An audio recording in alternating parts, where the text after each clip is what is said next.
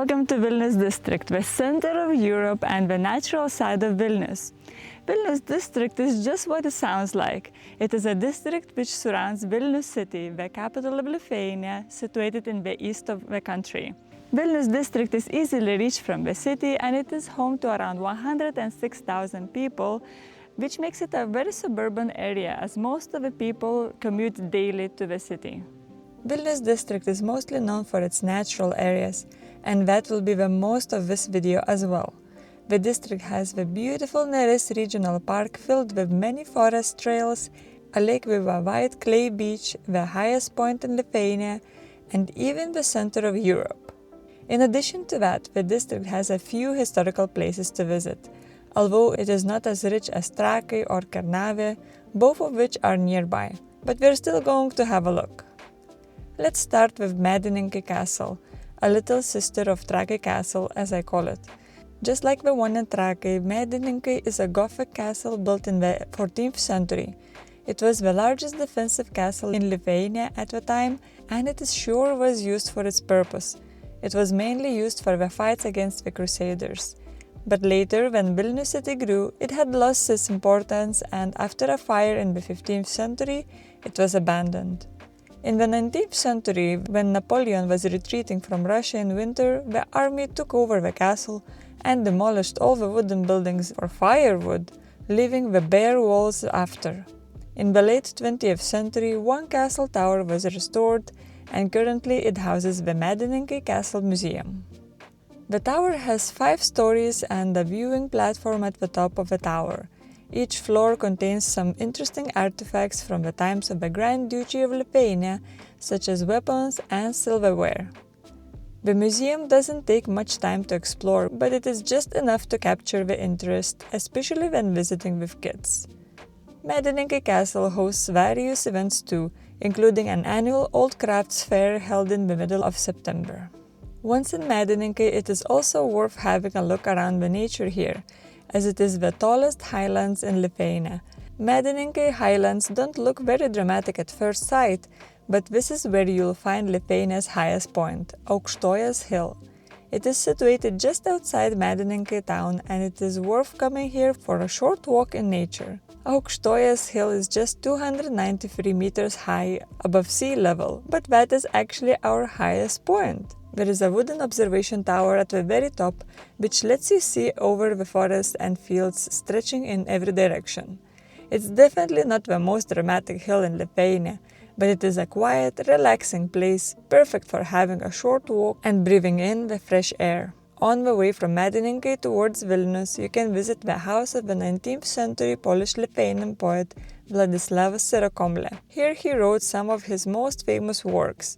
The house is now a small museum, but also a place for creative workshops, from ceramics to calligraphy and more. I still remember the day I visited this museum 6 years ago, and how this poet inspired me to start my journey around Lithuania. Here's one of his quotes in particular.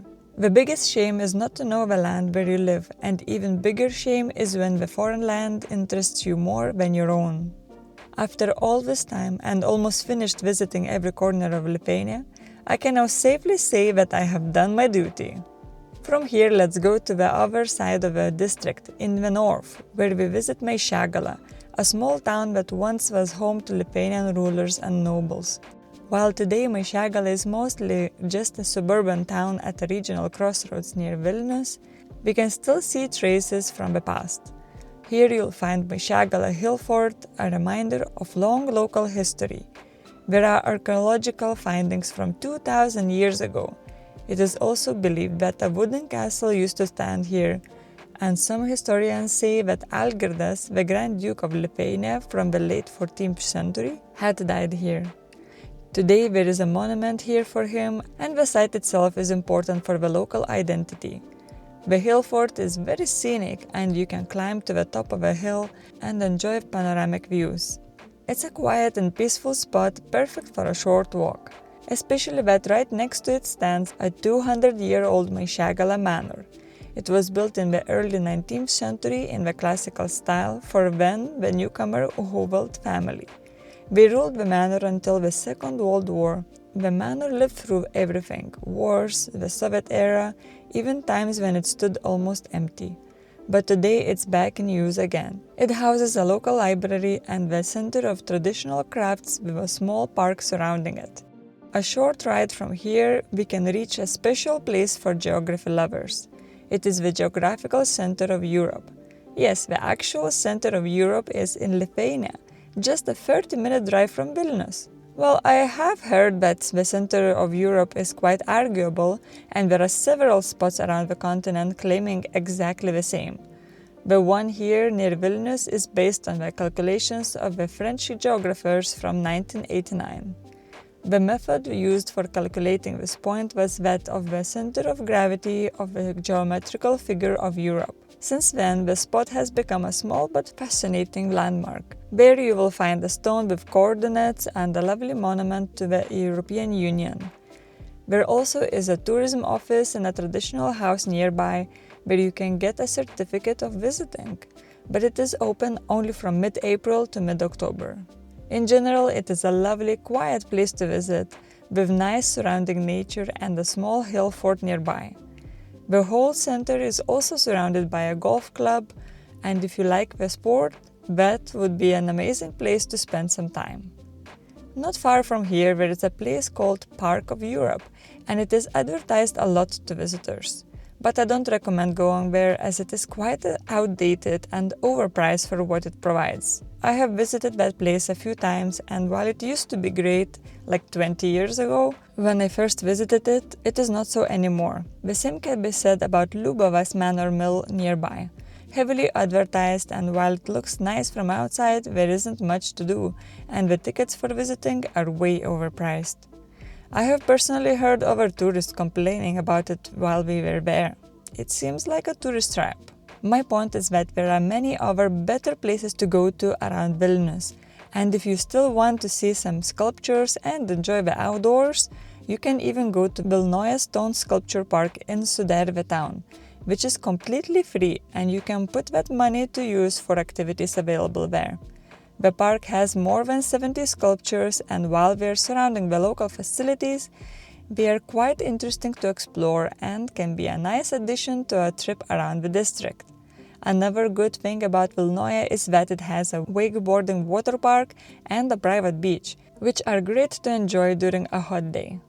Wakeboarding is quite popular in Lithuania, and there is another wake park in Vilnius district on the way to Medininkai too. Another thing in Sudervė that catches the eye is the town's church. It is a beautiful round building on top of a hill. There are only very few round churches in Lithuania, and this one, together with Kalvei Church, is the prettiest in my opinion. Sudervė Church was built in the 19th century in the classical style, and it might look kind of familiar to you if you have been to Vilnius city. This little church was designed by the same architect as the Cathedral of Vilnius, Laurynas Gucevičius.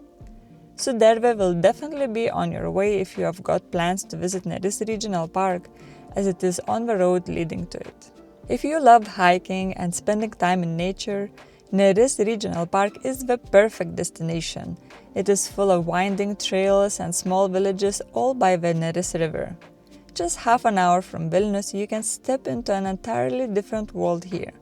The regional park protects the hilly landscape where Neris River winds its most beautiful loops along its 510-kilometer journey.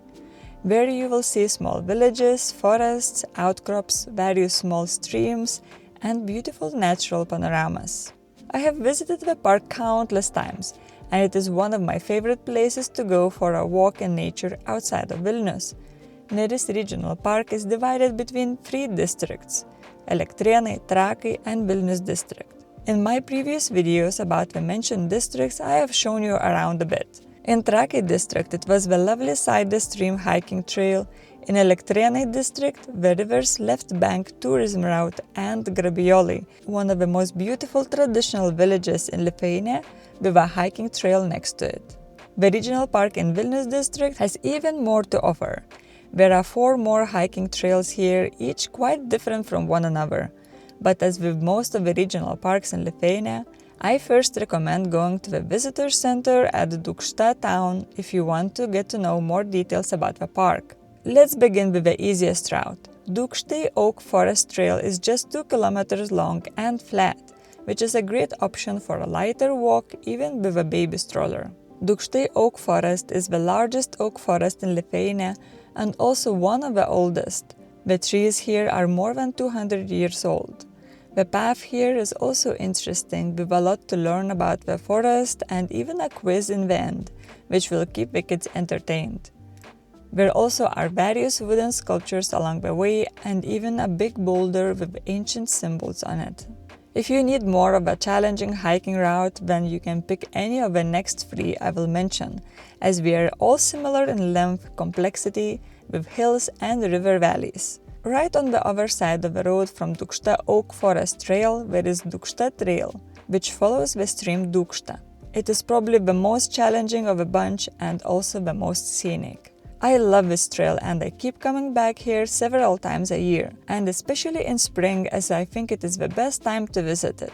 Dūkšta Trail is 5 kilometers long, which is not so much, but when you consider that it keeps going up and down the hills all the time, it adds up to the difficulty. But there is so much to enjoy from the views of the path. On the way there are 3 hill forts, an outcrop, an old watermill, and the ever-flowing Dūkšta stream. Dūkšta stream is considered Lithuania's only mountain river. It's fast, rocky, and drops by 20 meters in just a few kilometers. It's always very rushing, and it is especially wild in early spring, after the snow melts. A walk here during those days is great, as the panoramic views are not very obstructed by the greenery, and there are no mosquitoes, as in summer they sure can be a menace. At the far end of the trail near Karmazinai Hill Fort, quite unexpectedly, there is a little outdoor cafe and pizzeria which opens here on weekends. I'm mentioning this here as the produce there is nice and I think one would need a reward after completing the trail. Not far from here, there is another trail to explore. Karmazinai Cognitive Trail is quite close to Dūkšta Trail, but it is very different. The 7-kilometer-long path takes you through forest and follows the Neris River, which makes a dramatic turn here. One of the highlights of the trail is the viewpoint over Velniakampis outcrop. When translated to English, the name Velniakampis means Devil's Corner. After climbing the stairs for more than 60 meters up, you will be rewarded with the views of one of the most beautiful curves of Neris River. In this path you will also pass by a spot where Neris spreads into its widest point, 150 meters across. The sound of rushing water and the wide river panorama make the spot a great place to stop and relax. And for that, there are several campsites here too, which are great for picnics and even a barbecue. The rest of the trail keeps you in the forest the whole time, but the scenery changes as you go, from shady spruce groves to tall pines, then into an old forest with centuries-old oaks and valleys with ancient burial mounds. Last but not least, the cognitive trail in Neris Regional Park is Šilėnai Trail. Šilėnai is an amazing trail so close to Vilnius that no wonder it is probably the most popular in the regional park. The 6 kilometers long trail first starts at Šilėnai, a small village that feels frozen in time. The old wooden houses, a cute 18th century church, and the traditional layout of the village make it very unique and a wonderful spot to start the trail. Later, the path leads through the surrounding forests, where there are some interesting spots along the way, like the old cobblestone road in the middle of nowhere, as the manor house it used to lead to doesn't exist anymore. Various freshwater springs, a swamp where orchids grow, Naujoji Rėva ethnographic village, and the hill fort, which is another highlight of the trail.